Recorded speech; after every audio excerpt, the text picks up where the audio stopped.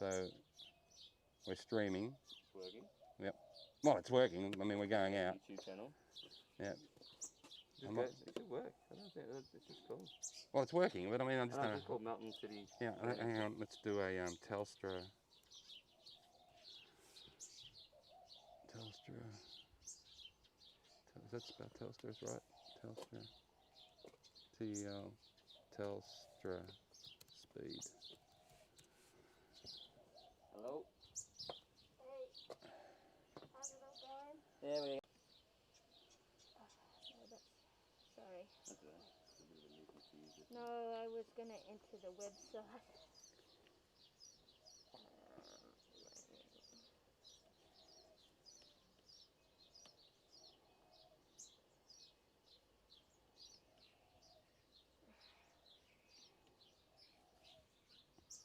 There we go.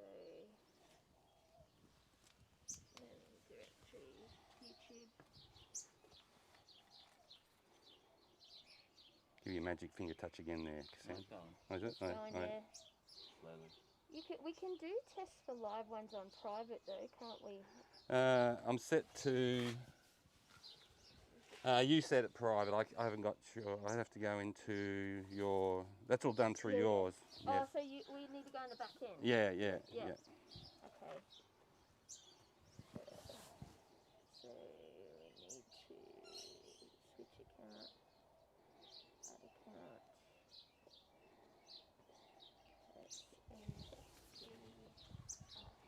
So Mike, the only thing I want to do in the box, see if there's a figure 8 cable.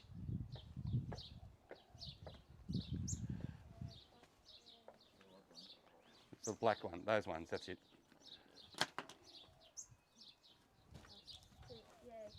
Yeah. Are we on? Are we? Leave it so you got it set. Yeah. Oh, it wants your phone. It wants to make sure it's you.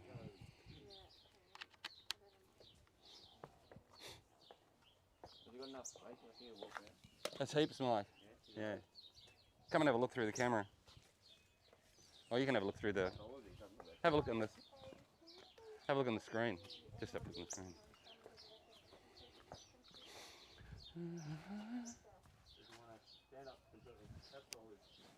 Okay, well, we can go wider. Do you want his legs like that? Oh, you tell me. You're going to line it up, Mike. Yeah, I don't think so. Front one's the pan and tilt. No, side, yeah. No, side one, Mike, this side. I don't think you want to see his legs. No, that's all right. Well, no, I haven't set it up. And what, yeah. Is I haven't lined up the tripod either, Mike, straight-wise. Hold the top of the camera. Hold the top of the camera. Yeah. That looks a bit better already. I think that's about it. Okay, that wasn't, yeah, I hadn't done any of that. I think it's in the middle, but it still looks kind of crooked. No, I think the table, it's just the way the camera is. Alright. Oh, it looks fine. Yeah, I know, we can either, that's what I'm saying, we can. Well, that looks alright, yeah. You've got to go a bit higher. Get rid of the bottom. Let's just leave it there for a moment. Yeah. You can't go anywhere. Yeah. Oh, yeah. Are we coming in? Yeah. Oh, that's all right. All right, well, I'll give you a ring when I'm done here.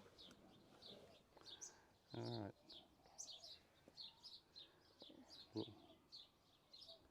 Live down there. Yeah. Sorry. Sorry. What did you say? Don't know what's. Yeah. That's great. That will be perfect. Thank you. All right, we're just running tests now. Okay. Catch ya. There we go, live stream. There we are. I love it. So there we go. We're going live. Oh yeah, and we've got it set to private, which is perfect. How does it make it bigger?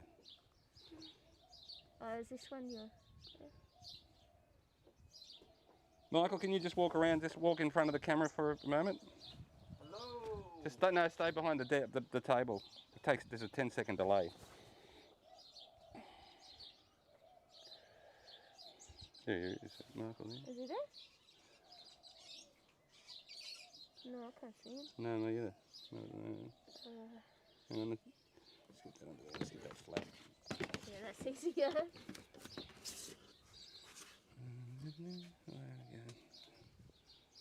Walk around, Mike. Just stay there. You're right. Stay there. Yeah.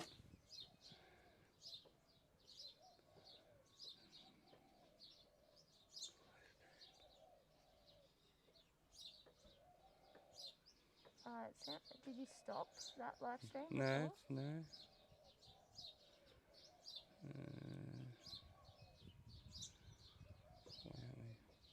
Why can't we go big? Why can't we go?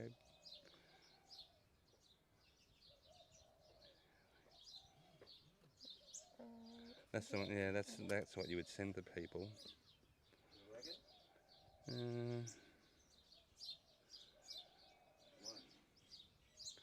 Where's the other one? I always had a different one on mine. Is it create? Yeah, create, go live. Go live, yeah. It's kind of where we are. One selected.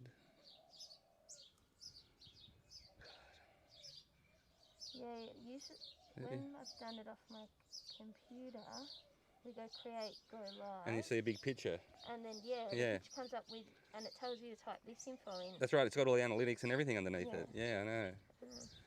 What's this link? I'll try and YouTube. So it's just our council YouTube. Yeah. And then I typed in that code that was provided because it was the first time it had been used on this. Yeah. I'm just trying to see if I...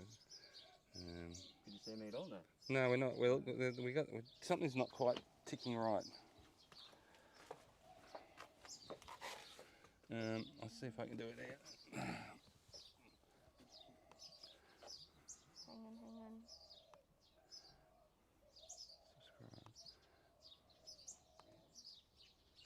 I'm going to sign out. I'm going to sign into your channel here, Cassandra. We'll do that all again on the computer. No worries. Okay, so sign in. David would like to use Bluetooth. Yeah, that's fine. So, how do we sign? Signed out. Okay. Oh no. We go back. How do we get out of here? So. Oh, hang on. I know what to do. I'll forget this one altogether and go File. Oh, there he is. Oh. Yeah. That's different. Yeah. So we'll go New Window. Mountain City Council YouTube channel. Mountain. Yeah. Now we want to log in. Yeah, sign in. I don't want it to be us though. That's the trouble. Yeah, that's right. Use another account. Use another. Okay. Okay. The email is mld. Yep. At melton.vic.gov.au.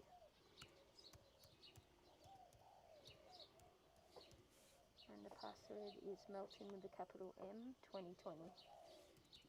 And if it asks you for a verification code... So Melton with a capital M? Yep, 2020. And I'll just have Alison on standby in case it asks us for another code. Which it will. Oh, it hasn't. I'll just save it for now. I'll get rid of it later. And hang on, no, we're in, I think. Yeah. Try again. Yeah. Okay. I might need another verification code. Can you? Yeah. Just 1 sec. No, I think it looks. We're at the back. No, I think we're all good. Where are you streaming? Why is he giving us all this other crap? Yeah, 13 million. Right. What is it? Yesterday, last night at Your channel. I sent all the hosts for today. Manage videos.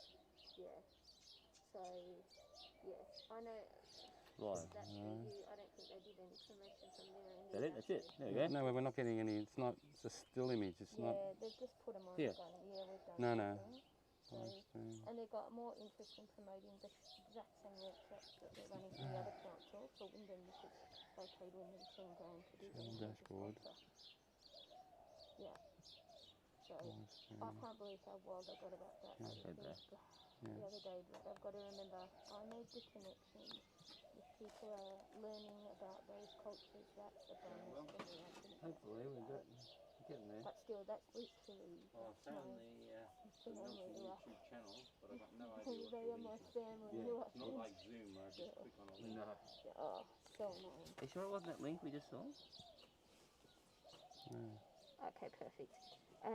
So look, I don't know if it's different, but what we okay, I'll talk to you later. Right. Your channel. Yeah, so you just go create and hit live. Yeah, we have and then videos. it comes up with another screen, bang. Yeah. The only difference is I don't know how it is with your camera. So we go live. Your channel. No, you go, Your videos. Yeah. You go, this is the way Yeah, you do it normally. Yeah. Live. That's why I did it yesterday. Create. Yeah. Go live. There we go. That's the channel I wanted. That's it. Yeah. And then public. I'll look in the camera. It's public. Yeah. Yes, that's perfect. Yeah. The you need to put the title in Yeah. it. Lifelong Learning Festival.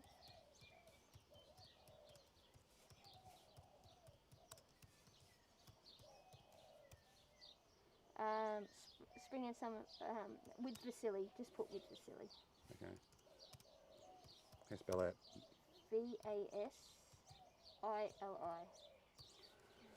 Yeah. So.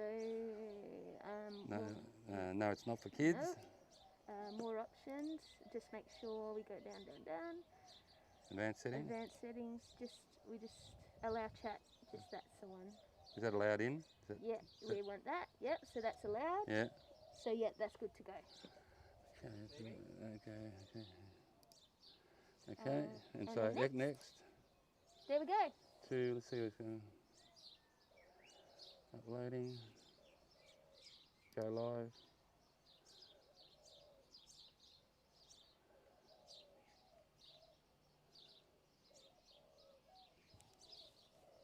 Now that's going public as well. Yeah. Well, all I see is a tree. Where's the analytics that they usually give us?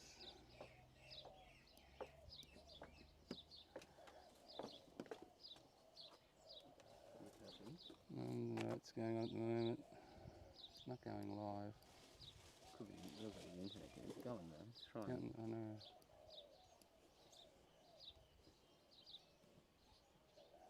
It's struggling. Let's see what happens.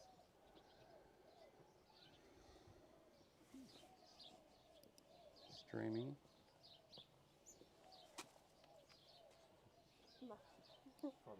Fogging up. You can get some like a special wash for them. That like sort of, I don't know if it works It's really like well. anti-fog. Yeah. I don't think it's too far. Yeah. Seems like it's struggling to connect. And the Wi-Fi dropped off a bit. Oh, that's okay though. At least we'll just say not getting anything.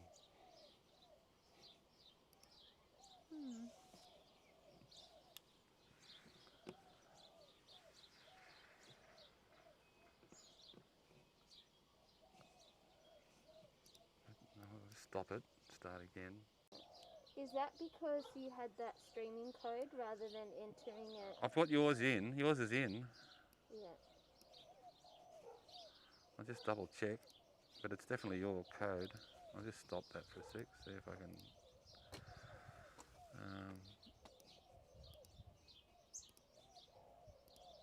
But where's? I should have a whole lot of things up here. Like, oh, I suppose it's your channel. Okay. All right. Public. Edit. Let's just go edit. What do we got here? Everything's okay. Cancel. I'm just going to set settings again. Stream. Hang on. Stop streaming.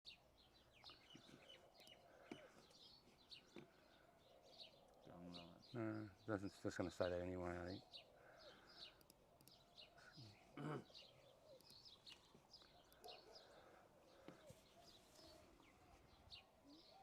What's going on here? This was, It's going out okay. Well, let's give it a minute. I have given it heaps of minutes.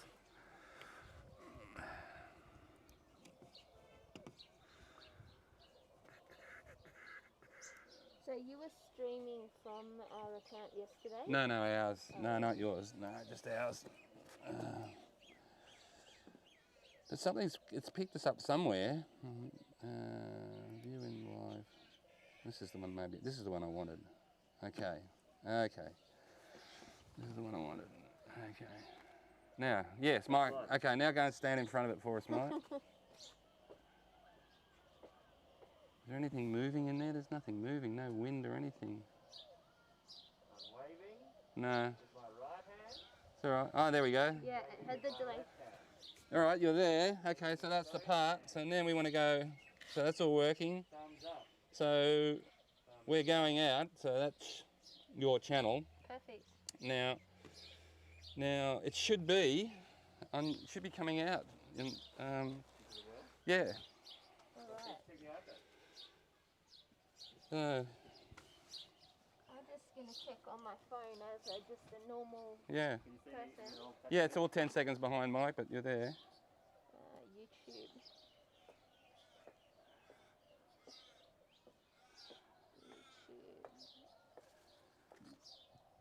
Nelson Rand. So there you are. Looks good. And if we can see it there, then it's definitely going out. Waiting for Is it still? You make it private or public? It's private. I'll go public. Hang on. Edit. You worked out how to get on? Looking It good. says here. I'll go public now. You go. Said it's live. No, Yeah, no. and that says live with Vasili. No, it was not public here. Yeah. Okay. So, done. All I got was a So- link in my email to go to a YouTube channel. Yeah. Oh yeah, that's just a reminder from. But how do I get on? Okay, Mike, go and just do your bit of. When you click on our YouTube channel, on the front page of it, it'll come up and it will say live now. You just click it. Oh, So- it doesn't so- tell you that. No, so at 10 a.m. Yep. If you click on that YouTube channel, All right, you're there, Mike. So you can check it out now. I was just going to check it out now. live stream watch. Yep. Yeah? Okay. Yeah, want me to double do check. Yeah, it's going out live. And what, can you get sound? Yep. Got sound working well? Right. Vasili. Do now? I'm going to leave everything on. I'm Vasili the gardener. Yeah, I'm Vasili the gardener. These are the biggest spring onions I've seen in my life. So that was the page I was looking for, Cassandra, that one. All right, we're good? Yeah, we're all good, Mike. All right. So turn this off. So let's turn them off. So hold it down for 3 seconds, Mike. Where is it? 1, 2, 3.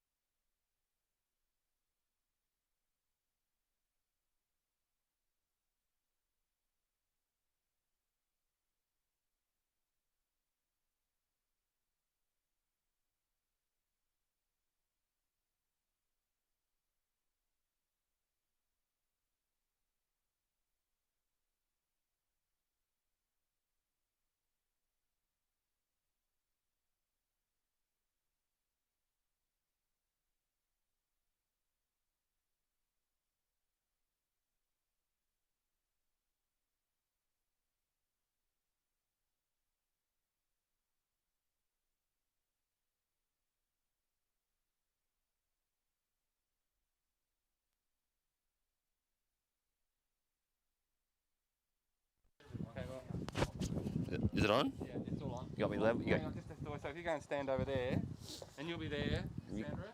Yeah, you can't see me here, can you? Yeah, what's their mark so she can't come in the No, front? no, it's fine. Yeah, I tell you where you just walk forward. I'll just take. Do you want to put, we want to put like a little rock there or something? Keep coming, keep coming, keep coming, keep coming, keep coming. That's it, you're in. So that, Okay. go back the one tile. That's it. Alright, so don't walk past the pots. I can hear you easy. So, Okay. so project the question. Okay. So Vasili, John wants. Perfect. Yeah? It's working? Yep. Okay. Okay, switch her off, Mike. Can't see your dress. Can't see my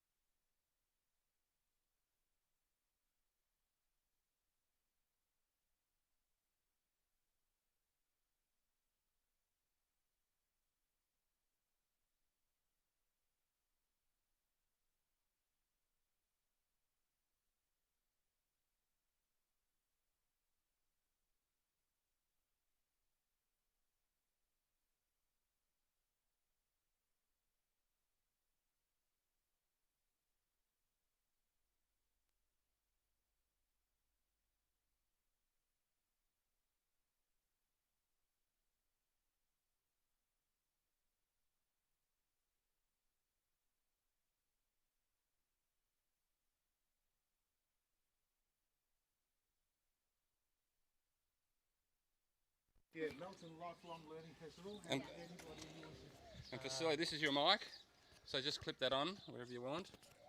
Is there an up or down? Doesn't on it? matter. That's, That's, doesn't well, matter. that's That's the mic there. yeah. Well, just And there. it will. It does. I mean, it does a bit of that, but it's not a lot. It's No pretty good. scratching? It's okay. It's not as bad as the little one. Lapels, yeah. Yeah. Oh no, I just wondered if the pocket would be better, but that's all right. You put it in your pocket if you like. Put it in the You do a pocket now. test? Testing 1, 2. Mark, yep. Okay. Yeah, We're ready to go. Let us know when you want to go live. yeah, 10 a.m. So we've got 8 Okay. minutes. All right. Yeah, so if they put their name and their suburb in, they go in the draw to win the prize pack. Lifelong Learning Festival. Learning. Lifelong Learning Festival. The triple Do L. you want me to do a cheat sheet? Lifelong Learning Festival. The Melton Lifelong Learning Festival. And if they could include their name and where they're from in the chat box. Name and suburb, yeah. Name and suburbs, so they can go into the draw at the end of the session, which will give them a prize to win. Lifelong Learning Festival. Melton Yeah. Lifelong Learning Festival. Beautiful. It's done. And if they've got any questions, they'll just chuck them in the chat box. Yeah, any questions, part them into the chat box. And, okay, I'll just get my mouth working because I hasn't been working yet. So Yeah. an hour and a half talking to myself in my head. So if you do need anything, just let me know and I'll crawl along the edge or something. And That's okay. So the way we did this with the fella yesterday, The answer is, I don't know, and I wouldn't want to touch it. I'll just, when it seems like a reasonable time, I'll just say, hey Vasili, we got a question from whoever. Just- they're asking. Okay. Is that all right? Yeah. I've just got to get my head around how I'm going to talk to people. How are we going? Oh, just my typical morning blogs. yeah, you got to do that. Yeah. Oh, you do that. I do Yeah. that all the time because I'm a VIP member of your lot. Oh, you must cop a beating with all those emails. Yeah, I know. I'm trying to work out how to turn them off. Oh, just I'll ignore move them my- if they. What? What are you going to move? there. I'll just move it away. That's okay. You know when you see a YouTube Vasili every time they go and you go, hey there, how you going? Like, Yeah. you know, like, well, you want to know? Yeah, but I think that's a good way of starting. It's a friendly way. Yeah. You know. What else can you do? Well, we do it every morning actually. Yeah, that's what I mean, So yeah. it's- So good morning. Hope we've got. And now, Cassandra, I'm going to record this for you as well. Yes. Do you want me to do that? Yes, Yeah, please. right. Yeah.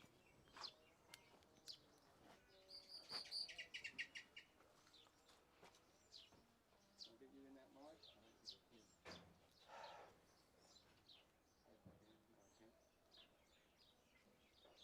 How long is the session? Remind me. As long as People are still logged in. yeah, we usually like yesterday we did like the cooking one with a fella from MasterChef, Yep. and it went for about an hour. Okay, that's fine. I got your propagation kit this year with the heat mat and the thermostat. I can see it. Yes. I've never seen stuff come up so quick. Yeah. I reckon tomatoes were about 3 days Yeah. and they were popping up. They were popping out. I know. It's bloody impressive. I've I never know. used a heat mat before. I've had them for years, and I always sort of like forget about it because I'm just the old habit of sewing it yourself, putting a glass pane over the top, and So I haven't got any power out here, so what I do, as soon as they get up and, Yeah. and just use those little pots, yeah. I shove them in the hothouse over there. And that works really well. It's a great space you got here. You've got to make the most of what little we've got. So we haven't got the big acreage like you have. Ah, don't go there. No. Sometimes it works against you because you keep adding and adding and adding, and it gets to the point where you can't maintain anything. Yeah. All right. So I spoke to you last year when you came out. I'm president of the Friends of the Melton Yep. Botanic Garden. So yeah. How's it all going? Oh, great. Oh, we're just developing away. So our Mediterranean garden's looking really good. So we got The whole fig trees, garden's looking great. crab apples and things like And native frangipani taken off. that. Oh yeah. I just keep things in pots. Yeah, because they'll take over. And then I can chuck them out when I want or whatever.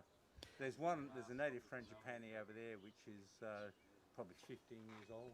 It's in the And, pot. I've got a collection Yep. of bottle trees. Look So at that. brachychitons. So, yeah, I mean they're tortured in there. Well, But are they fattening I've up? got about 7 species. So this is. I can't see them. Where are they?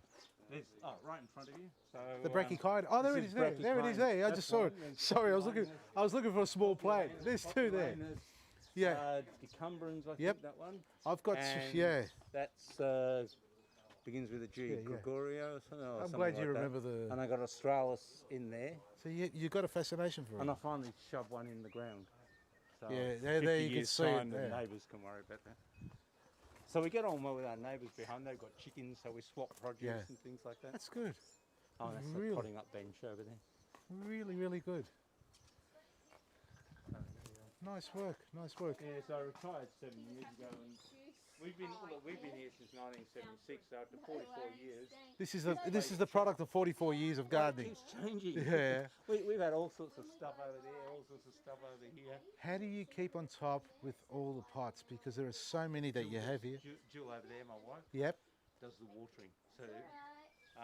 So we've run out of water because we've only had about 4 mils this month. Yeah. It's it- to top them up. A bit of a dry band But over yeah, here. she enjoys. She just puts the Radio National on and just sits around listening to it while she waters. That's cool. So it's nice. She says it's relaxation. It's get away from me. Yep. Alright, I'll pop inside.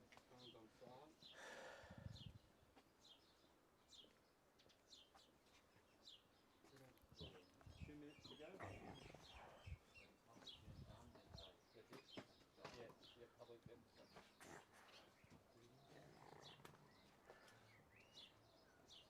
So I can show you around a bit afterwards if you don't want to. You don't have to rush away. These are the 2 trees for you. Thank you. So Vasili, just so you know where your canvas is, Yep. it's basically, I mean, you're probably not going to move further than the table, but it's essentially to the yellow thing now, Yep. where you are there. Just there. They're the boundaries. Okay. 9:59. Okay, we'll go inside and see what's happening.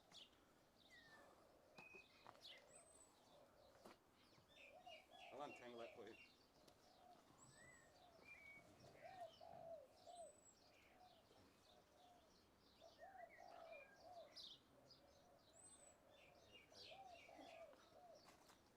So it's the Lifelong Learning Festival. Festival. It's festival. And that's the title of this event. Yeah. Yeah.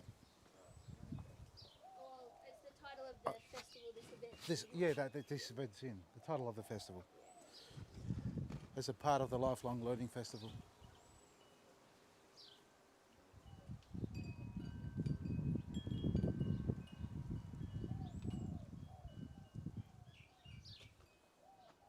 Ready when you are, Sandra. Yeah, let's go. Go, Mike.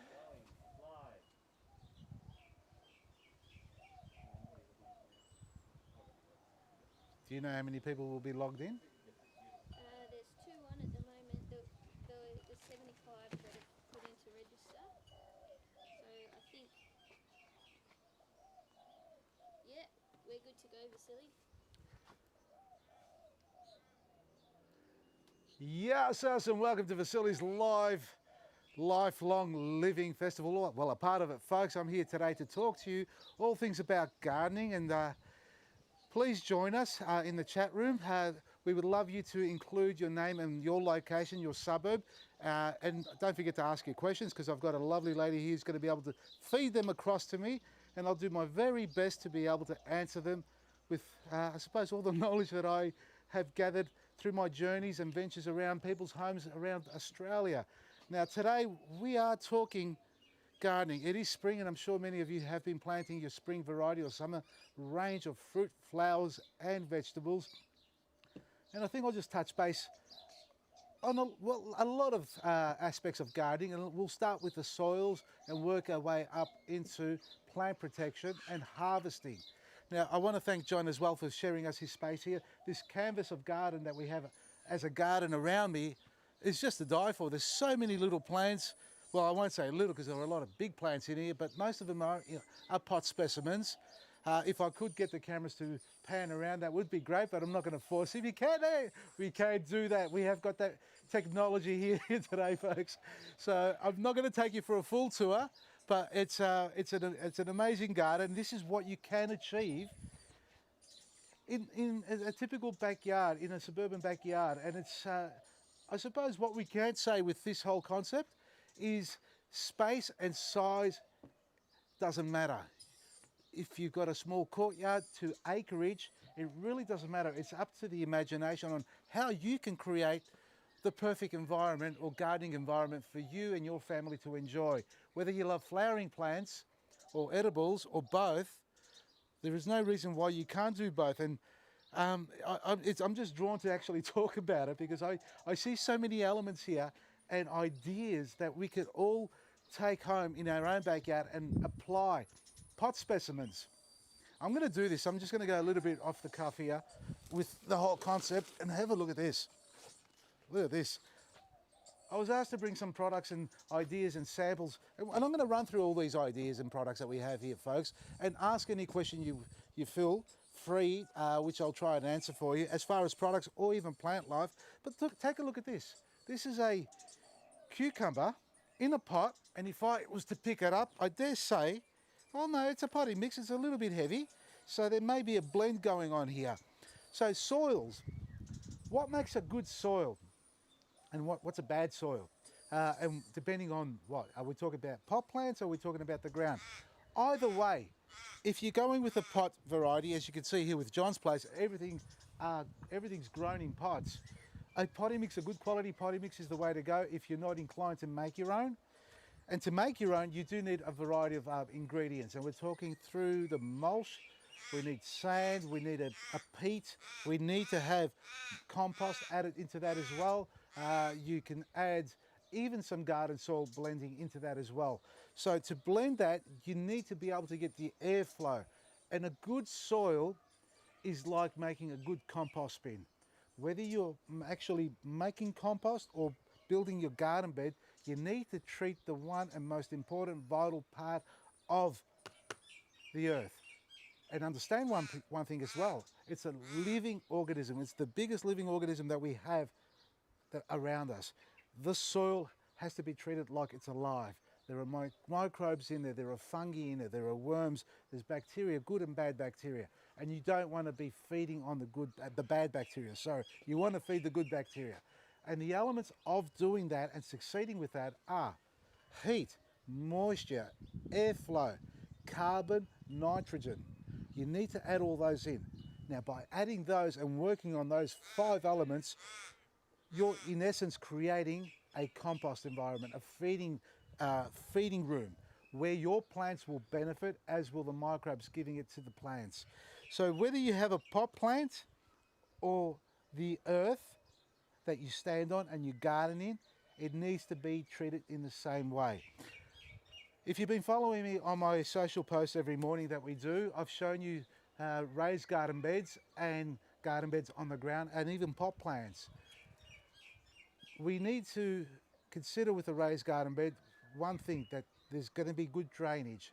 And if you need to control that or it's drying out too quick for you, what we need to factor in is a mulch that we can apply on top. With the hot weather coming through, the first thing that goes off on your soil is the dehydration of it. And that in turn creates compaction, lack of airflow, and it starts to kill off the microbes. So if you don't have the airflow, the good microbes die. If the compaction starts to come through, the good microbes will die and the moisture won't get through down to the base. So you need to control the temperature by doing the one thing, and the moisture that is, and that's mulching. Now, there's mulch right there, and you're welcome to swing around there. If you can still hear me, you'll see the mulch on that little rectangular tub, which is fantastic. And I'm going to swing around here. I'm just going to change it up a bit with you guys. Have a look at this. This is the mulch that you need to apply. How does that work? It works with creating a blanket of security. So it stops the heat getting there. It actually stops it from drying out, the soil from drying out underneath. And if it does get really hot, see the fibres how they are there. You've got a lot of air pockets in there. Now what happens there is with a little bit of moisture on the mulch, hot air can drive through it. It's like an air conditioner. So what happens is as the air blows through it, or even the sun shines on it, that starts to sweat. The airflow and the moisture combined together cools down as a cooler or an air conditioning works. So that keeps the soil below cool. And in the cold weather, it's actually a blanket. It stops it from cooling down. If you were to take all that away, you would expose the soil crust. That in the sun will crust over, that will dehydrate a lot quicker, and that will cause the plants to stress out. So the temperature rises dramatically. causing the plants to dehydrate and the bacteria, the good bacteria, to die off. So you need to mulch. There's nothing more important, well, there is a lot of things that are important, but one of the most important elements of keeping a good active compost or soil is the mulch. Now this one doesn't have any, but it sits in a spot there where it's partly protected, and there's a lot of canopies around it which will protect it as well. So I'm sure John's got his head around that. Oh, let's talk about the climbing framework. You can make your own. You can buy these kits like that and train your cucumbers, tomatoes if you like through them as well, and they will be successful. Just guide it around. Do not overhandle your cucumbers, because what happens there is the cucumber itself becomes bitter. So the more you handle a cucumber plant, the more likelihood the actual fruit itself or the cucumbers will bitter. So that's another thing I learned from a couple of good Italians that I've travelled around. So we've got a question already, Vasili, from Kim. Yes. Kim's wondering if it was too late to plant her tomatoes, Not- because she usually plants them around Melbourne Cup. Not at all. I've still got about, so Kim, your tomato planting you've got plenty of time, and obviously if you've got tiny little seedlings, they're going to take a lot longer to grow, but with this weather, they grow literally overnight. If you've got a medium-sized seedling, for example, something like that, there's no harm at all in planting that tomato. Now, the secret, well, it's not a secret because I've been sharing it a lot. A good trick or a great way to kick on your tomato plants is to actually bury 2/3 of the plant. Now, I've brought a little tired looking tomato because I had about 20 given to me, and I haven't fertilized them, and these have actually been grown in garden soil. This is not potty mix, it's actually garden soil. So that there, and it's a healthy little plant, it needs a liquid fertilize to bring it on and green it up. A secret, well, I keep saying that, it's not a secret. A trick to planting these tomatoes, you may have seen this on my little blogs in the morning, is, for example, here, we've got this tomato, it's about 20 centimeters in length, we've got the root ball here. Generally, and I'm gonna make a mess of this table, that's okay. Generally what we do is we take the seedling out of the punnet like that, and we'll dig a little hole, open it up slightly larger than what the actual root ball is, and we'll end up burying it to there. Pretty common scenario. That's what 99% of gardeners do, and it's okay, there's nothing wrong with that. You'll actually get a tomato plant to grow. What I like to do with most plants, and in particular with the tomato plants, is to rather than planting it straight down like that and covering it over, I would actually plant it like that and then twist the end out of the ground and cover that entire stem over. Now, you would pinch off all these leaves that are going to be buried, and at the end, all you'll have is this little plant sticking out. But what you've created here is the engine. That's where all the magic begins to happen. Once all this is covered, that's the stem that is, once all that comes in direct contact with soil, that plant will grow all these new roots. So imagine within the first 2 weeks, with a little bit of moisture and quality composted soil around it, all these new roots developing before this grows. And then 2 weeks onwards, you're going to see this jump out of the ground like Jack and the Beanstalk. That will grow so fast, and because it's got a strong root ball, its own self-defense mechanisms kicked in with quality composted soil, liquid fertilizing and natural fertilizers. That's going to be the safest way. And Kim, go for your life, plant them. I've still got about 20 to do. I've still got to build the garden beds and compost them properly. So I'll be planting till about mid to late December. You may not get the full production of crop that you want, but if the weather allows it, you never know, you may be lucky. Any more questions coming through? Not just yet. That's Should we good. call out to ask people Yep, what so their questions?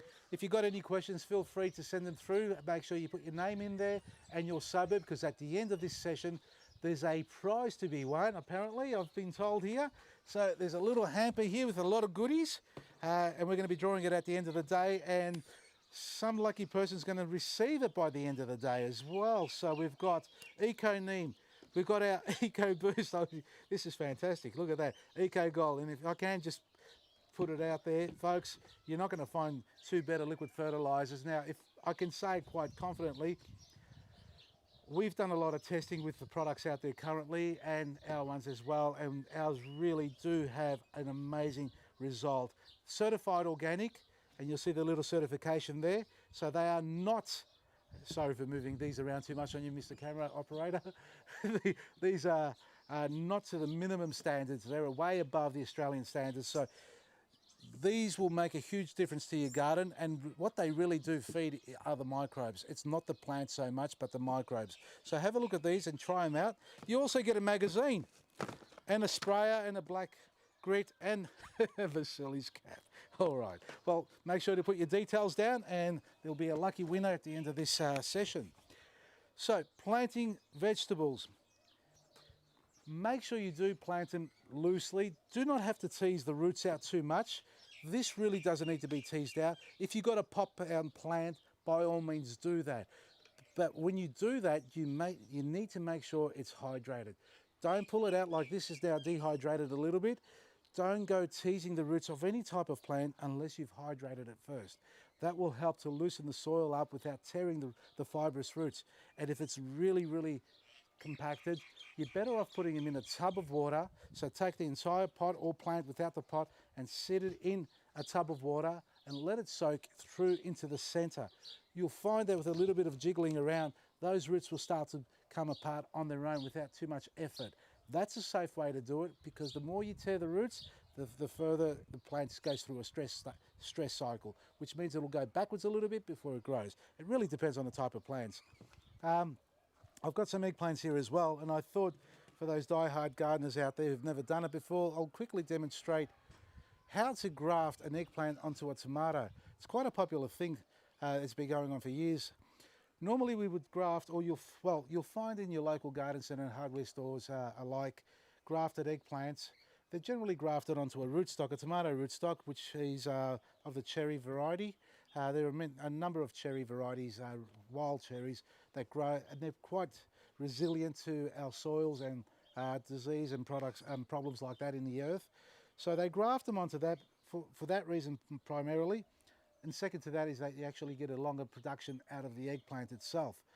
But also, through my travels around Australia, there's been a lot of grafting done on plants or eggplants onto the devil's plant, which is also known as Cal's Udder, Solana mimosum. It's quite a spiny plant. It has a lot of spines along the stem and the leaf itself. So similar to your eggplant, as it develops, you might find a few spines along the leaf. By comparison to the eggplant, let's say this was a devil plant, it'll have something of the 10 times in size. So if it was only a 3mm spine on the eggplant, it'll be a 10 to 20mm spine, and it will hurt. It's like your typical rose spines. We graft the eggplants onto that sort of rootstock because it's an evergreen. It will last through winter, providing you don't get frost landing on your eggplant. And if you do, you can create a little mini hothouse over the top, which will protect the eggplant through the winter periods. And then this or the following springtime, you'll find, because they are slow to grow and our weather really needs to warm up, they need 24 degrees temperature in the soil for them to start producing well. And you can achieve that, you can achieve eggplants a lot earlier by grafting onto a rootstock like the devil's plant. I haven't got one here today, but I do have the tomato, which will have a similar effect. If you do protect it through winter and you are successful in that, it will still produce early the following spring. So you'll be able to pick eggplants, the fruit themselves, October, November, rather than January, February, March, which is almost at the end of our cycle. So to graft something like that, what we need to do, and it's pretty similar to grafting fruit trees, I suppose, or any other plant, and that's the signwood, and this would be classed as a signwood, which is the top half. We're not doing a bud graft, we're doing a split, which is a V-shaped wedge. Now, while I talk about V and wedge shape cuts, tools. The tools that I use, I've been using Falco for a long time. These are all rusty ones I left out in the rain. My fault, I haven't cleaned them. They're a fantastic tool, and I'm sure many of you have got one of these. You love them. I love them too. But I've recently stumbled across Lowy, and I have literally just fallen in love with these. Really just love these tools. Now this is an anvil cutter, and you can see how when it cuts, it actually has a sliding effect. So the top blade not only just shuts down onto the bottom blade, so it's not a bypass, it doesn't slide past, it stops on the bottom blade or the base. But while you move the cutting blade on top, it does a slicing effect. So it doesn't just come down straight onto the wood, it actually slices. And I'll do that slowly, you'll see. See how the point of that, or the front of that top blade, kicks out? So it's not an even opening, it's quite out of shape. And you'll see that slice. So that is, that mechanism itself takes at least 50% of the stress load and the torque required to cut. If you had 2 pieces of dry wood and you used a good, top quality Falco, and I'm sure Falco's got an anvil cutter as well, and an anvil, so a secateur, bypass secateur versus an anvil, you don't need a mechanism other than this mechanism itself. You don't need any ratchet clamp sort of style cutting system to help you. That will do it in half the strength required, with half the effort. So consider having a look at anvil cutters. It's not just Lowy, I'm sure there's other brands out there like Falco, but I've fallen in love with Lowy at the moment, so these are my go-to tools. Quality, clean, sharp tools are required. So what we're going to do here is we're going to take the top half of this off, like that. We're also going to remove all these extra leaves, like that. And I'm not sure if you know this, this is a very small plant, but anyway, if this was, because you'll find some larger seedlings in maxi pots. See that there? I'm just taking these leaves off here. See that leaf there? Itself? That there. That there now, if I was to take that and stick it in the ground, in some soil, in partly protected shade, that will grow into a tomato plant. In fact, any part of the tomato plant that you remove from your seedling, like this, that, and all the other leaves as well, all these can be propagated. You can use a Rudex gel if you like, you can use honey, you can use powders, whatever you prefer to use, all of them will grow. So you can take cuttings from the one tomato plant. You don't have to buy 100. One tomato plant will give you 100. So as the plants grow, as we remove laterals off the plant themselves, you can plant all those laterals straight into the ground. You don't have to do anything. Literally bury it 2/3 of the way like that and watch that grow. It'll wilt over for the first few days, but eventually it will grow. Vasili, we've got a heap of questions coming in. Okay. Now. So Jim wants to know, he's a first-time planter of vegetables. Yep. What are your top 6 veggies that'll grow for a first-timer? Oh, okay. Top 6 veggies. Spring onions, lettuce for a first-time gardener. Spring onions, lettuce, chicory. Give it a go. It's a bit late now for broccoli, unless you've got a bit of shade there. Your tomatoes, definitely tomatoes. Cucumbers. Have I done 6? Spring onions, lettuce, chicory, tomatoes, cucumbers. And what's another one that I've seen growing out of control? Put some strawberries in. They don't need much attention. How's that? So another question from Tanya. She's looking at compatible gardening. Yep. She's planted tomatoes, chilies, oregano and basil all in the same garden bed. Yeah. Is there an all-in-one fertilizer that she might be able to use for this? Okay, so fertilising. So all-in-one fertiliser for a variety of plants. All right, I'm going to lay it out here. As you know, most of you would know it by now, that we've gone into our own product range and branding and all that sort of stuff. So my background, for those who haven't followed me long enough, I've been in the industry for about 30 years professionally. I've been presenting on television and radio for the last 20. I've taken the laid back approach to it. I'm not scripted, as you can tell. I stumble and fumble through it. And why I say all this is that I've done a lot of traveling to people's homes. I've seen a lot of products. We've had a retail garden centre for years on end. And all that, this is opened and I'm leaking everywhere, just realised. And all that has been an opportunity for me to be able to evaluate what's going on in the industry, how the commercial and the manufacturers are thinking, what they're doing. We're talking the likes of the big stores and the big manufacturers like Yates, Multicrop, Sea Sol, you know, the Charlie Carbs, Nutrog. They're all great companies. They all have the good intention and heart in mind. But what I've noticed is, and not all of them, but at least half of them, they do bring out a range that's specific to a plant, a tomato, your gardenias, your native plants. So we're talking your typical citrus fertilizers, your tomato, fruit and vegetables fertilizers, your camellia, azalea fertilizers. They're all good and proper to have all that range. But what ends up happening to the home gardener is they'll have, you know, 15 or 20 different products in their garden shed that they have to go out there and say, okay, my azaleas need this fertilizer and I can't use that on that because it says azalea camellia food, so it surely can't be used on my tomatoes. I've come in and I'm dumbing it down, and I dare say some of them don't like what I'm doing. The point is that it needs to be done because I'm listening to both you at home and watching what the manufacturers are doing and the brand companies are doing. And yeah, we've brought out a range, and our range is pretty simple. It's pretty much the Black Grit and the 2 liquid fertilizers, our EcoBoost and Liquid Gold. Use your liquid fertilizers on anything, and if you're going to feed your garden, if it's not from an animal, if it's not composted from your bin, and if it's got lots of different colors in it, well, that in particular, the colorful little balls, just steer right away from it. You don't need it. Any sort of synthetic fertilizer in your garden, long term is going to do damage. Short term, you're going to see great results, but long term, you're going to see damage caused into your garden, the repetitive use, especially in pot plants.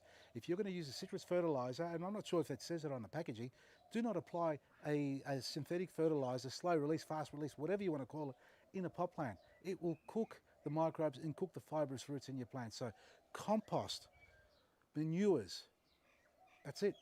And then our Black Grit, which is a all-rounder soil amendment fertilizer. What that does is it stops the burning process. It stops the over-fertilizing process if you are using synthetic fertilizer or fresh manures.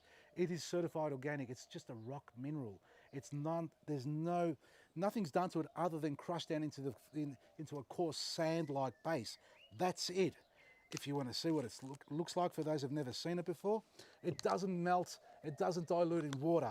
It will not melt in water. The only time it will dissolve is when it comes in direct contact with excessive nitrogen fertilized soils. So when your plants are burning up on the edge of the rims or the leaves and things like that, that's all it does. It just burns, it stops the burning. It helps to unlock all the other micro and macronutrients naturally formed in your garden to be absorbed by your plants, and allows the microbes to be able to do their job.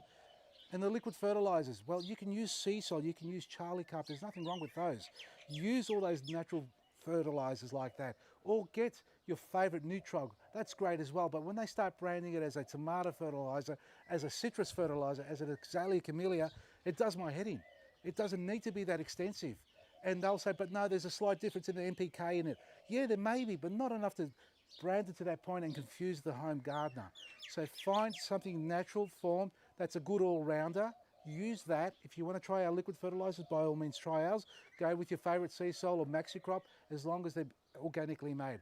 Our EcoBoost, so you know, is a blood meal made from certified animal meal, basically. So the animals that they collect the blood from, they're grass-fed, they're grown naturally. Now, maybe a lot of vegans out there, my apologies, but this a byproduct there that can't go to waste. So we've turned that into a natural form fertilizer. And our seaweed, well, I can tell you something, it's probably up there. You might know some great brand products here. Ours is there, and we've done the trials and tests, and we can share that with anybody who wants to know. Beautiful. We've got a question from Kath. Yep. She's just planted some basil. Yep. But they've already started to go pale and losing their colour. Yeah. What could be the problem? If the basil was grown on her own, if she could let us know if she grew the basil or bought the basil in, that'll be the main reason. If it was bought basil like seedlings and you've planted it into your garden, no doubt they've come from a protected environment, slightly shady environment, and most seedlings, if not all seedlings grown by growers, trade secrets, they're liquid fed every day. So they have an irrigation system that runs through, and there is a very small amount of liquid fertilizer added, whether it's every day or second day, that's pumped through the system as well. So as they're getting watered, they're getting the nutrients. As soon as you take it home, the environment changes, the microclimate changes, there's more sun than shade, they're not getting the same amount of liquid fertilizer, they'll go pale straight away. Start liquid feeding them as they do in the growing environment. You'll find huge results with it. So our EcoBoost and Liquid Gold will fix that straight away. All right, and Pauline wants to know, the soil in raised garden beds, should it be potting mix or bring soil from a nursery supply? Okay. Do they have different nutrients? They do. It's a real tough one, that one, as far as the soil from your local garden centre. If you have to do your research, you have to do the trial. It's a trial and error situation.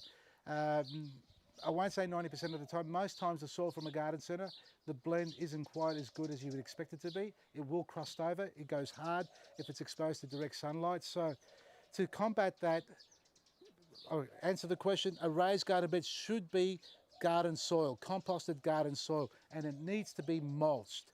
If you've got existing raised garden beds, no doubt they'll drain a lot quicker. There's no base to them.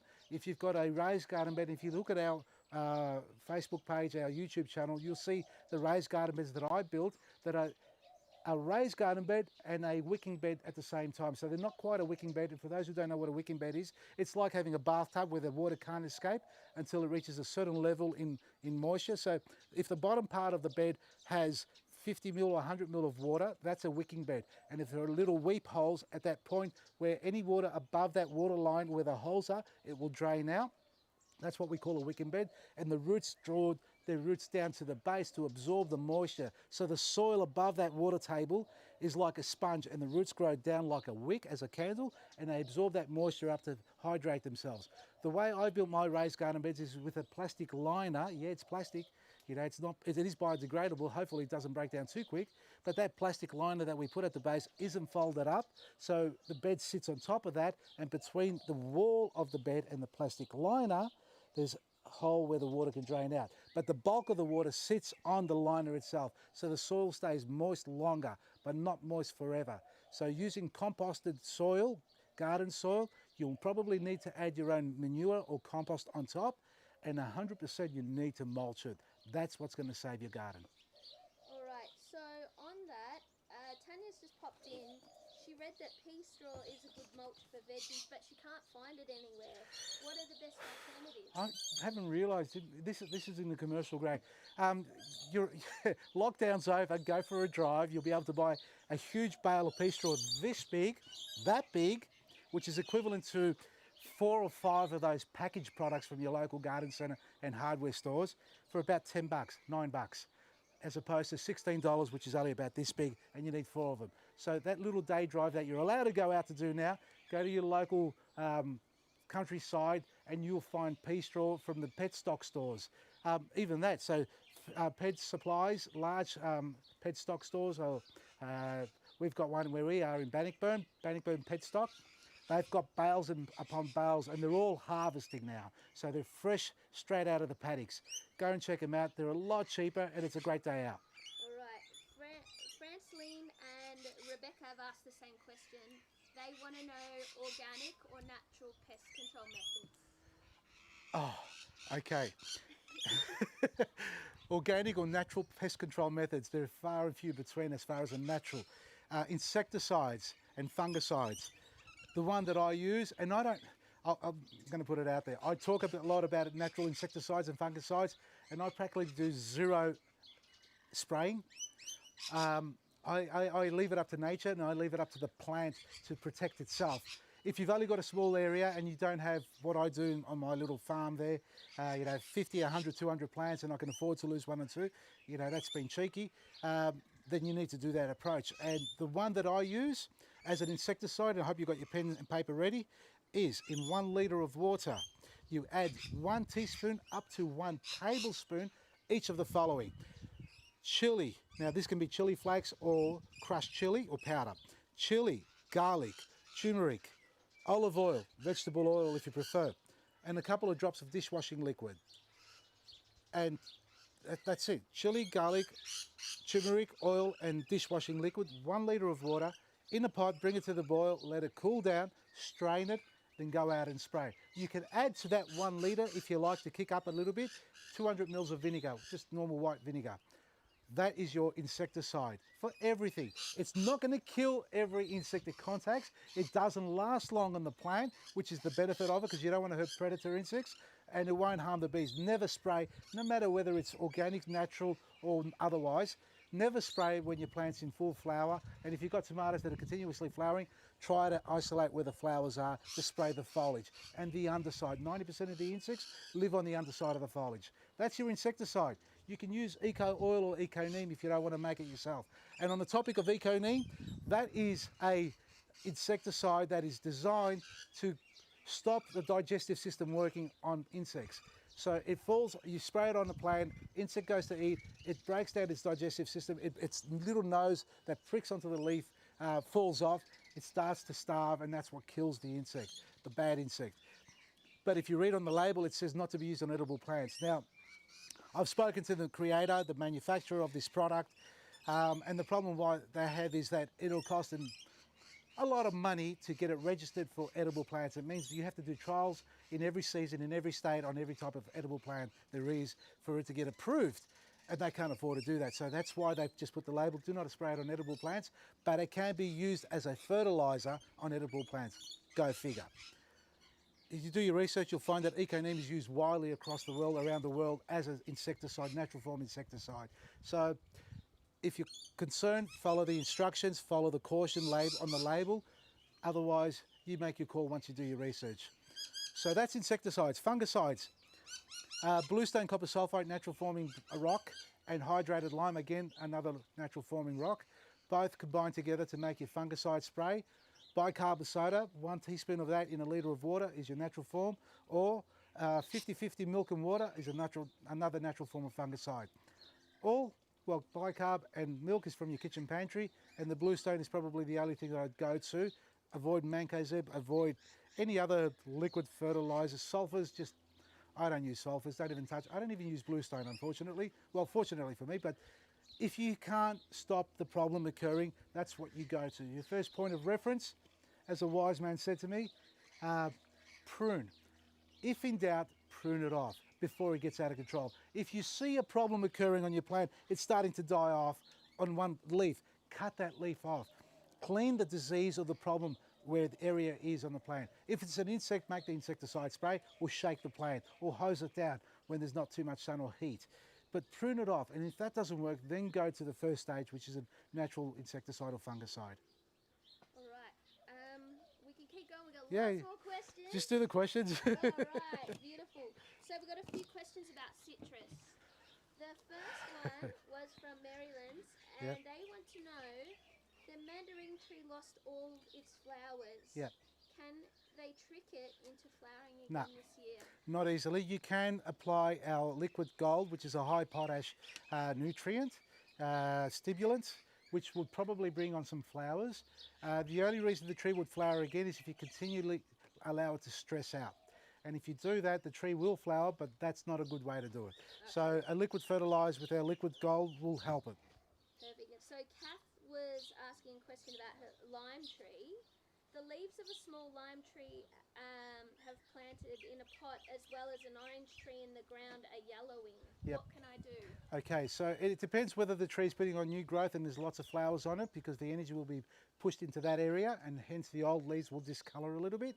If it's otherwise, if there are no flowers or very few flowers and just a small amount of new growth, then your tree's lacking the nutrients. So start liquid fertilizing. Again, EcoBoost, liquid gold combined, 40 ml of each in 9 litres of water combined.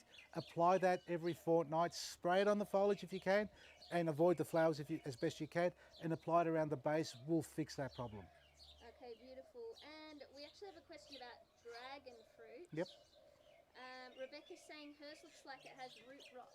Can she save it? They can propagate. Well, there is a very strong skeletal stem inside the dragon fruit. So if it's rotting at the base, that stem should still be intact. If that's come off, she'll have to repropagate it. So she'll have to do short cuttings of the plant itself, depending on how big it is, and then repot them into some propagating mix or a sand-based potting mix, or even the ground that's quite well drainage. She can save it, but she'll have to take it out of where it is. Is it in a pot, does she say? that. Okay. Rebecca, let us know. Yeah, so if it's in the pot, definitely you can repot it. It needs to be on the dry side and elevated. So dragon fruit really do well in our colder climates if they're sitting on a pedestal and they cascade over a little bit. It's quite unusual, yeah. Beautiful. Evelyn's asking about slow release fertilizers. Are they actually okay for plants? That's it, no. I hope you got that answer. I don't like slow release fertilizers. I like sheep manure, that's slow release. Rabbit poo, that's slow release as well. So if you've got aged manure like that and it's in its full form, not crushed, that manure will take a while to break down. And who benefits the most out of this are the microbes, the good bacteria in the soil. They benefit from it because anybody who's ever made yogurt, you need culture to create more. And that little pocket ball, the manure itself, is a bacteria waiting to come to life. So you just add water and it bursts out, and it just billions upon billions of organic bacteria grows out of there, the microbes. Slow release fertilizer has nothing, zero, zilch. They can coat it with whatever they want on the outside, nothing. It's not going to do any good, and at long term it will burn your plants. It will cause damage, so no. Okay, Kath's asking again, we're back onto citrus. Yep. How often should you water a citrus tree? Oh, $1 million question.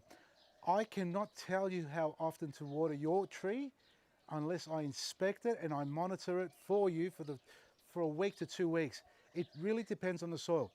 Citrus trees like moisture, but they need to dry out between the watering cycle. If your soil is holding moisture, long term it will struggle to grow. If it's struggling from now, it will struggle all the way through its journey. If you are able to get the soil to drain well before you water it, then you're going to win on that one there. I've got a few citrus trees and I'm killing them because of the trials I'm doing. I've planted about 40 of them. I've got them in raised beds, I've got them in single raised beds, I've got them in the ground, I've got them in a lower section where it pools out of water, and I've got them in areas where they get little or no water as well.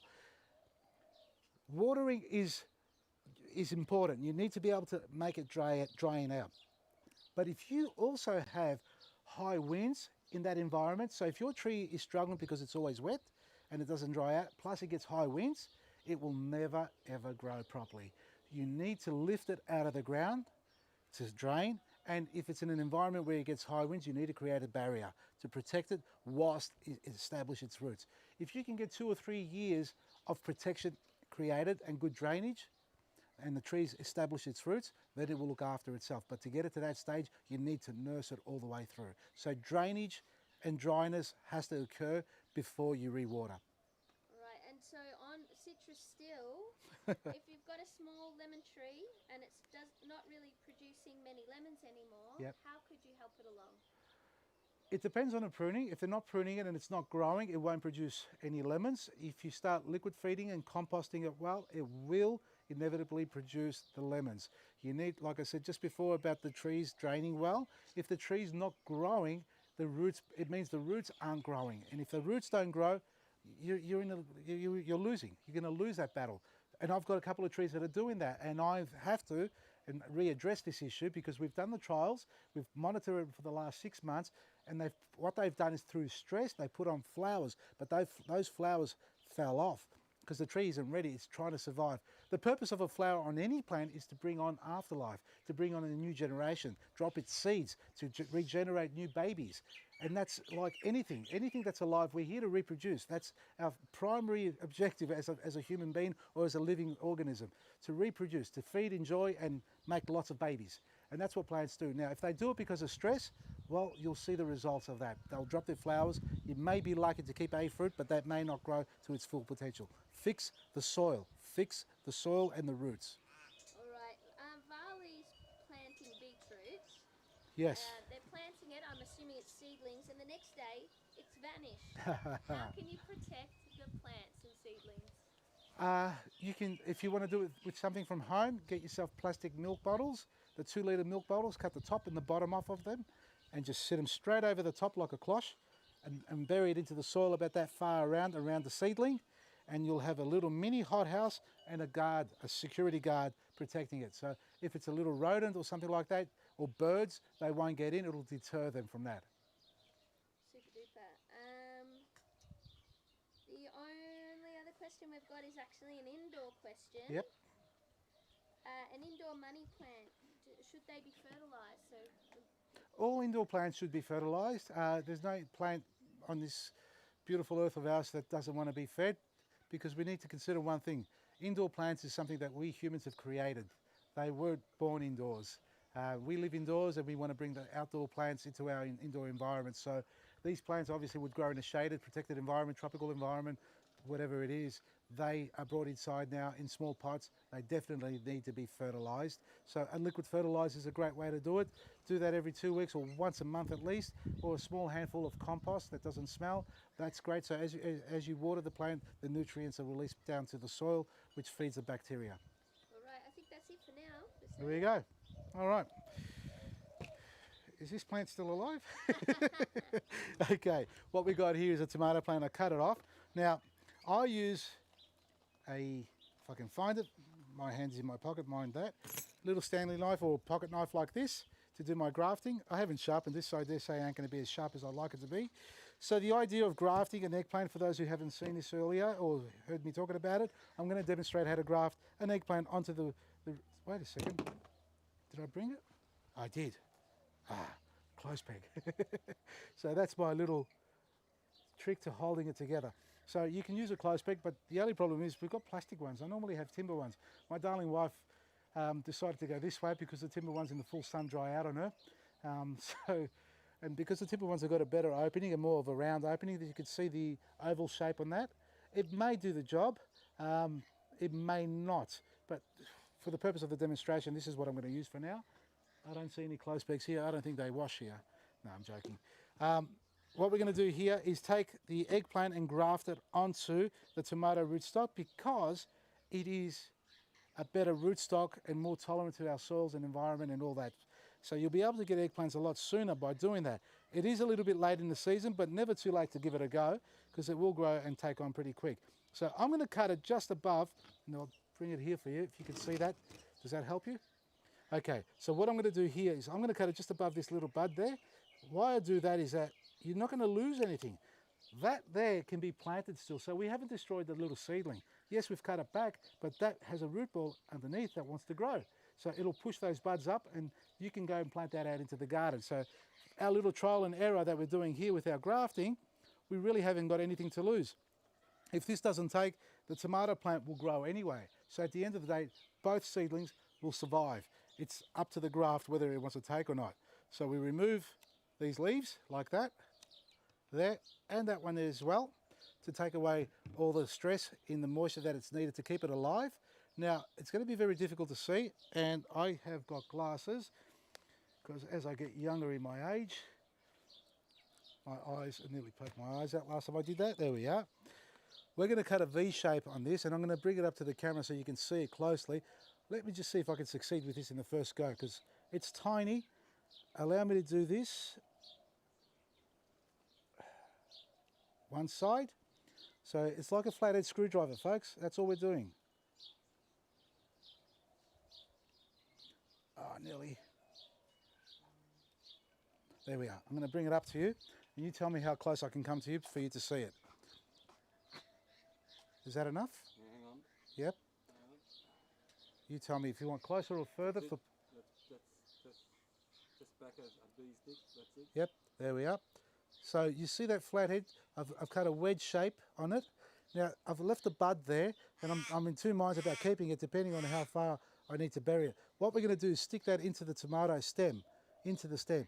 Now the aim is, like every plant, there's a cambium layer. The cambium layer sits on the underside of the skin or the bark of the plant or the stem. And that's where the moisture flows. It's the pipeline where all the sap flows. It's like where the blood flows in our skin. That's the same thing here. So you need to line up, if you're going to do it, that is if you've got two different size in diameter stems. So if the stem is this thick like my finger, and that is that diameter there, only 1/4 centimetre wide, I need to wedge it in, not into the center, but into the side, so that we line up the two outer surfaces. And that's where the cambium layers line up, and that's how the moisture flows through. So now what we're doing is cutting a wedge on this tomato stem, and I'll bring it up to you once I do it. So I'm going to use the knife, sit it in the center, and just carefully rock backward and forward, not pushing too hard because it'll split it open too far, like that. See, there we are. And just thinking about how deep I'm going, a little bit more wouldn't be too bad. There we are. All right, so I'm going to put the knife down. And is this okay here for you? Yep. Right. So there's the stem, there's a split. Now, when you do this, try not to handle it too much. You don't want any sort of oils or dirt contaminating the cuts or the inner bark. And the same thing with this. Don't touch that and try and do it as quick as possible or do it in the shade. So am I in a good spot for you?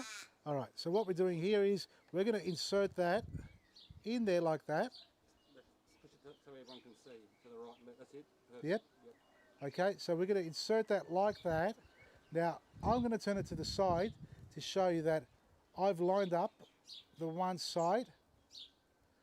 You can barely see, it's only a millimetre in because it's almost the same size in diameter, but I've pushed it to this side, so I've got this side flush.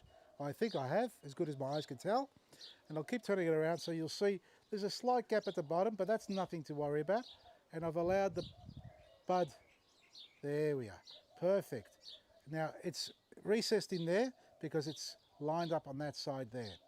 All right, and now all I'm doing is using a clothes peg to hold it together. And that's the purpose of the clothes peg. So I'll put that on. Now, it may not be the perfect diameter. It may hold it, it may not. You can use buddy tape or grafting tape. And I'm hoping this is good enough. Yep. That's going to hold it together and keep it away from direct sunlight. Whilst it's so small and it's so fresh, you do not want to leave it in the sun to dehydrate it more than it needs to. This can sit in the shade. There's no need for sunlight at the moment. All it needs to do is heal, which will take a couple of weeks, and the signs will be there. If it's happy, the growth will come. The longer you leave it in the sun, the quicker it'll dehydrate, and that's what I'm going to do now. Put it somewhere to be protected. I can leave it just here. It will be fine. There we are. Done. So that's grafting, folks. That practical approach can be applied to almost any type of plant in your garden. Best time to do it? Well, not in the heat of the day or in the heat of summer. Late winter, early spring, but that's for plants that are evergreen, and for seasonal plants like that, because they grow literally overnight, you could do it any time like today, for example. All right, Vasili, we've got a couple more questions coming in. One is about rhubarb. Yeah. How can you get the most out of your plant? Keep it in the afternoon shade. As far as where you're planting it, I'll give you an example. I've got 2 rhubarb plants, and if you love what we do or what I talk about, sign up to our Facebook or whatever they call it, subscribe to it, a YouTube channel, and all those wonderful media platforms we have, because you'll see me doing these demonstrations every morning, in the sense that I'll have a rhubarb planted in one location and another one in another, and do the comparisons. And for that, to answer that question, as far as the ability to grow 2 rhubarbs, these plants are in the same garden bed, which is about 15 metres long. The one as I'm pointing to your right, is in full sun from morning to afternoon, late afternoon, whereas the one to your left, as I'm pointing, is in morning sun and afternoon shade. Both get the same amount of water, and the only difference is one gets less sun than the other. Now, that one in the full afternoon sun has copped a beating. The leaves are so large, and keep this in mind, the larger the leaf, the less sun it needs. Unless it's a tropical plant and we're in a different zone. But in our environment where we are, and I'm down in Golden Plains, for me, anything large, even cabbages and broccolis and cauliflowers, the larger the leaf, the less sun they need. They've got a big leaf there to be able to absorb as much light into it to create that photosynthesis. So they don't need to be in full-blown sun for the whole day. So the rhubarb on your right, as I'm pointing, it has gone backwards. The last couple of days of hot weather we've had and a hot scorching sun. The one on your left is thriving. It is huge, it's luscious, it's green, same days, 15 metres apart, part shade, full sun. All right, I think this is going to be the last question, and then we'll get you go through your products before we announce the winner of our prize. Okay. But Melissa has asked, and she's talking about shade. What are some of the best ways to shade your veggie patch from the hot summer sun? Her leaves are getting burnt. Okay. I'd love to know if she has mulch on the ground, or if her veggie patch is near a wall. So shading your plant is not necessary unless it's, like I said earlier, large leafy plants. But if they're tomatoes and cucumbers, they shouldn't be burning up. And the only reason they're burning up is because your soil is dehydrating too quickly. Maybe there's not enough mulch around the base. But if you've already done that and it's still not working, for whatever the reason they are burning up, and you've tried that, I find insect netting is great because that reduces by 30%. It's a netting as such, not like your bird netting with the holes. Insect netting is a lot tighter woven. It's a great way to protect your plants from the sun and the insects, or the bad insects that is, and shade cloth, but only get the 30% shade cloth, nothing higher than that, not 50% and certainly not 70%. And don't use bed cloths or bed sheets, that doesn't work. So shade cloth 30% on insect netting. All right, perfect. I think that's about it for Yep. now. Okay. Oh, hang on. Excuse my lack of garden knowledge, but Teresa wants to know where you can buy Sorry. topiary frames. Topiary. Topiary, yeah. Topiary frames. Now, topiary frame, can we clarify that? Are we referring to topiary frame which is creating a ball? Because a topiary, as my understanding is a plant that's got a stem and then a ball structure on top, or shape on top. If that's what she's referring to, there really isn't a place where you can buy topiary frames. If you want to learn how to cut a plant into a round form, you need to get yourself a wire, curl it around as round as possible. Now you're going to have to work out how long you need it to get the right radius or diameter. And then once you hold that in place, you basically feed it over the top of the plant once you've cut it, and you'll find where it's sticking out too much and not enough. And always try and get it symmetrical, because I've seen too many times the stem's there and the ball's off center from the stem itself. So we tend to cut too much and we're too scared to cut back. 90% of the time you can cut the plant back further than you think you can, and it will recover. So, Right.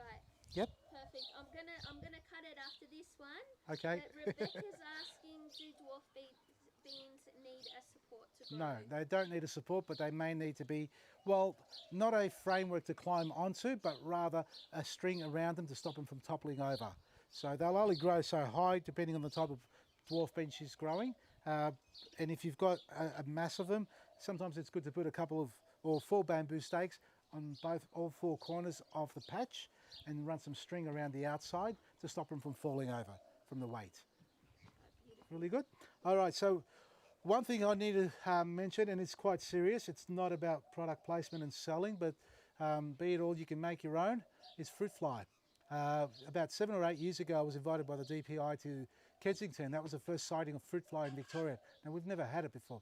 Since then, it has gone out of control. It's in Yarra Valley, and what it's doing to the growers down there in Yarra Valley is it's stopping them from being able to supply any produce to the local or supermarkets or in any form or shape because of the problem, the sightings of it. So, and they don't want to spread it. And that means, you know, families who've been farming there for generations have lost a season or 2, or if not 3, of seasons of growing and selling and making a living and income out of it. Certified organic and otherwise, it doesn't matter. The fruit fly will come to your garden if it's there. And once it lays its egg inside that little fruit of yours, it is virtually impossible to control. So you need to stop it before it gets to that point. Any signs of fruit fly is basically rotting or, you know, molting of the fruit. You'll find a decay. It's quite unusual decay. It's not something you've probably seen ever before. It doesn't die off as a brown patch only. It starts to ferment. It starts to become jelly-like inside. The larvae do penetrate quite easily, and they go from fruit to fruit. One fruit means lots of fruit. One fly means thousands of flies. That's what they do. They lay eggs upon eggs upon eggs. We've been working with a company called Agnova. They've been around and they do a lot of commercial work with the industry. They're working with Yarra Valley at the moment. And because of what's happened in the commercial world, we've taken it upon ourselves to approach them and say, we need to get this into the home garden. And there's nothing in the home garden. Yes, there are some fruit fly traps out there. They work on a specific type. And we're talking about the male and female juvenile flies and the adult male flies. So it attracts the male flies predominantly. This catches basically every type of fruit fly, being adult and young juvenile fruit flies, but more in particular the pregnant female fruit fly, because that's the culprit. That's the one that's on the hunt to catch and find where the ripening fruits are, or even decaying fruit. And the worst thing you can do is if you have any fruit falling or vegetables falling from your plant on the ground and you leave it there, that's where they're going to go. So don't look just on your plants, look around the base and pick up anything you have. Because the way this works is with two lures. We got your, the way I call it, is your peanut butter, your Vegemite, which is your protein, and it smells like Vegemite. It isn't, but it's a patented lure. I don't even know what's in it because I'm not allowed to know. And this is our bubble gum. So this has the perfect smell of ripening fruits. Put these two together in your trap in here, and you got your sticky card. Now this mechanism, or this system here in particular, is the one that all the commercial growers across Australia are using. These come in the large form so that the discs are much larger, and they apply one of these discs every 50 to 100 trees. One of these will do about 10 by 10 meters in your garden, so, and it will last up to 3 months. You can make your own. You can get Vegemite and you can put Coca-Cola and peanut butter and honey in a bottle, a couple of holes to catch them. How effective it is, I can't tell you. I haven't done it myself. I've worked with this myself. So you have that option.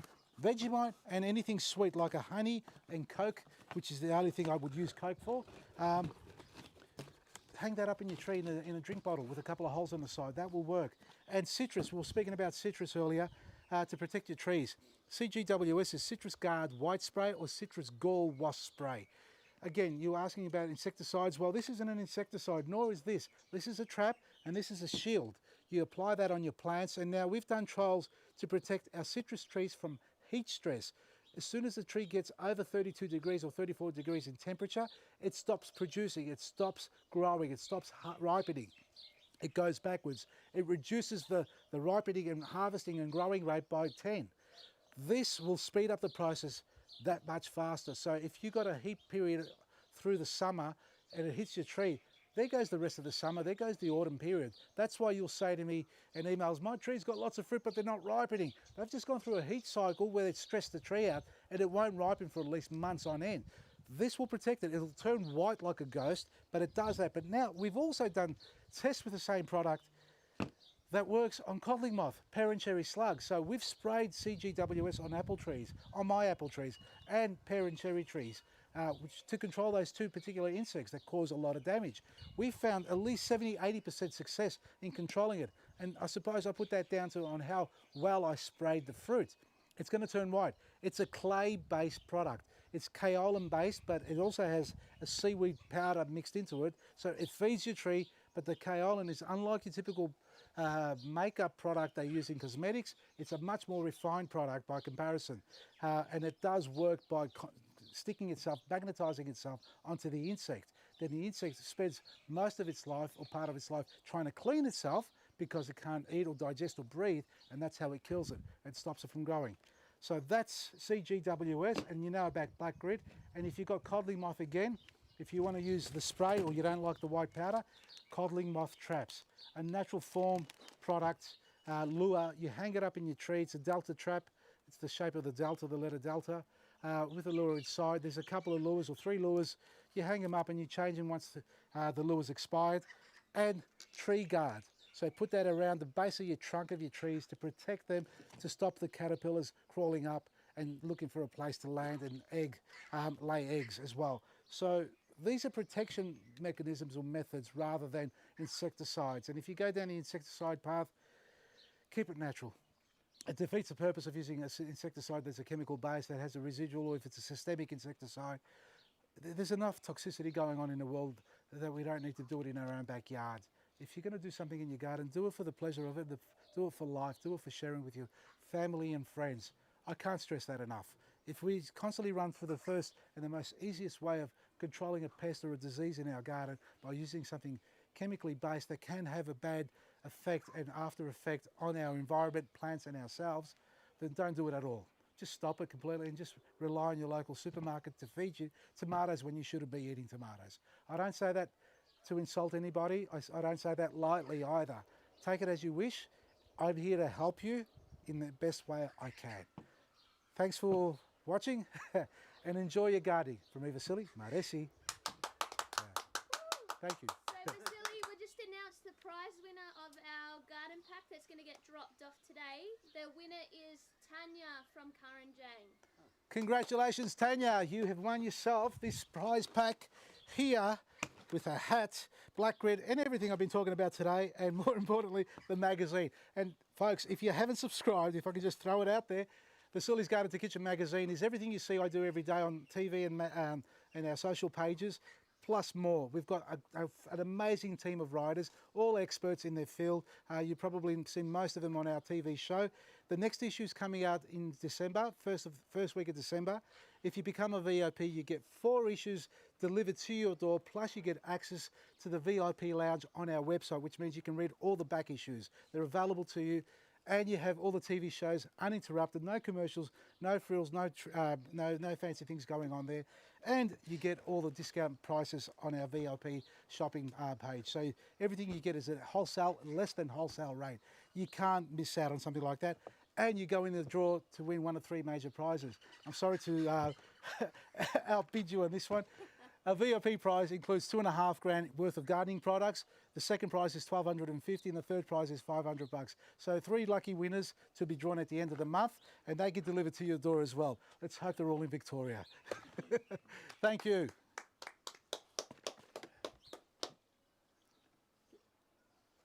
Are we still live? Do we stop? Yep. Let's stop. See you later. Yep. Can I get you, I forgot to do the intro. Yep. So can I just get you to do that intro? I didn't record, you said... Yes. So